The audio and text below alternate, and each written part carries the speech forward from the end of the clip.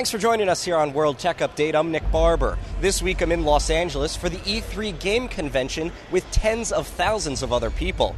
Don't worry, we'll get to Apple news in just a bit, but first the gaming announcements from the big three.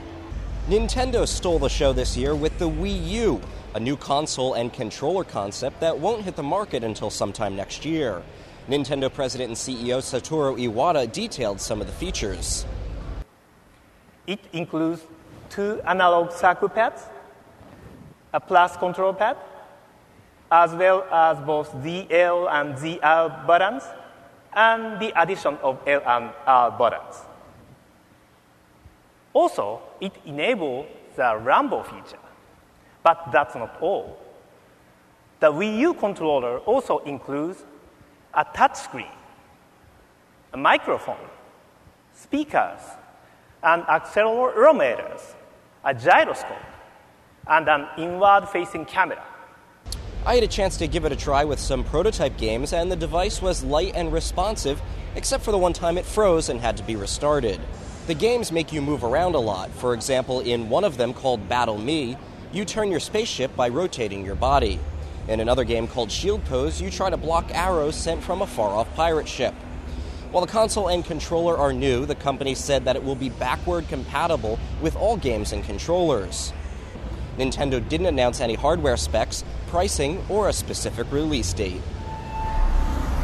Nintendo wasn't the only one introducing new hardware. Sony did too. But before getting to that, they issued an apology for the multi-week PlayStation Network outage.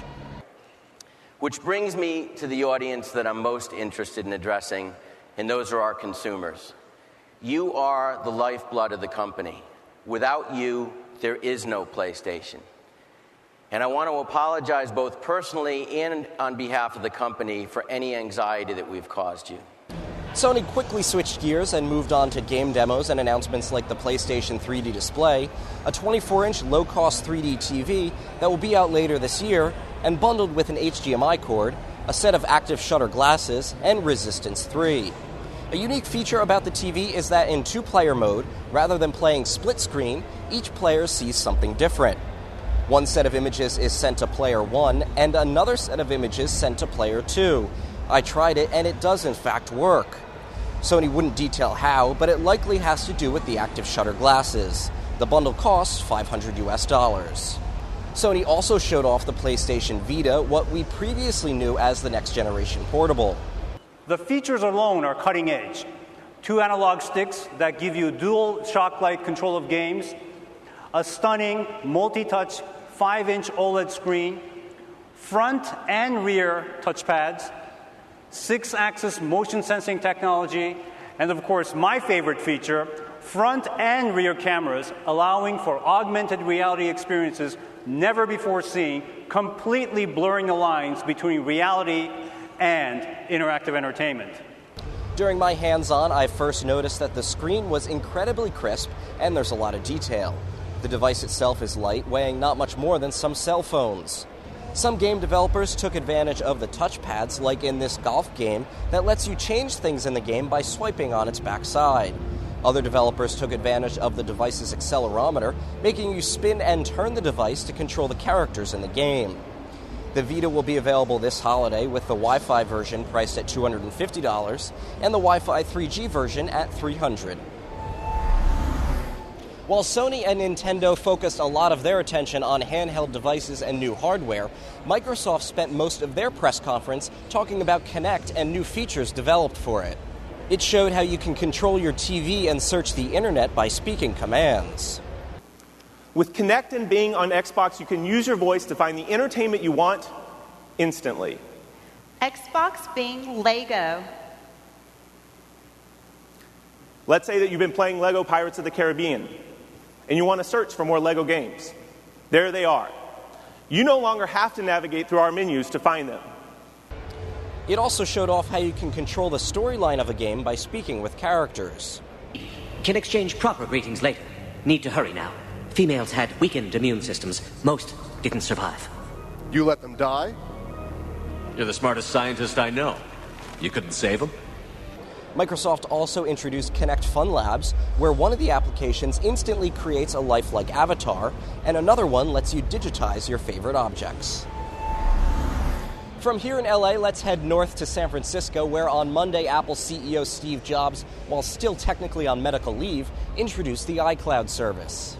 iCloud will let users store documents, calendars, contacts, photos, and music online and distribute them to other devices, including Macs, iPads, iPhones, and Windows PCs. So it automatically uploads it, stores it, and automatically pushes it to all your other devices. But also, it's completely integrated with your apps. And so everything happens automatically, and there's nothing new to learn. The service will launch in the fall and will be free. Users will have 5 gigs of online storage, and music, books, apps, and photos won't count against that total. Apple will introduce 3 new apps to work with iCloud for documents, photos, and music. Perhaps the most anticipated is iTunes in the cloud. It will let users share their songs bought through iTunes with as many as 10 devices. For $25 a year, an additional service will offer cloud access to songs ripped from CDs. Back here in LA, we got an update on the AR drone from Parrot. We first showed you that at CES 2010, and it launched here at E3 last year. This time around, the company announced that the drone will be flyable by Android, Symbian, and Bada devices. AR Free Flight will hit the Android market in July. For iOS devices, a new game, AR Race, is available in the App Store that lets pilots create a racetrack and then fly it.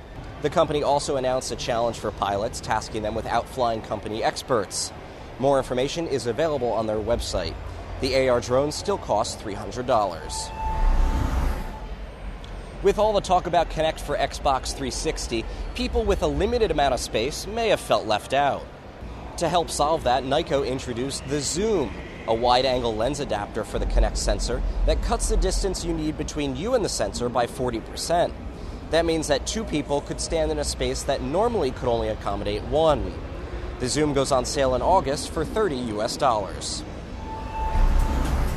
Well, that's our show for this week. Thanks for joining us here on World Tech Update. Next week, I'll be back in Boston, so you'll want to tune in for all of the latest tech news. Make sure you check out our Facebook fan page, too, so you can see my video diaries from the trip. As we head out, we'll leave you with some sights of the show. I'm Nick Barber, and for all of us here at the IDG News Service, thanks for watching, and we hope to see you next week.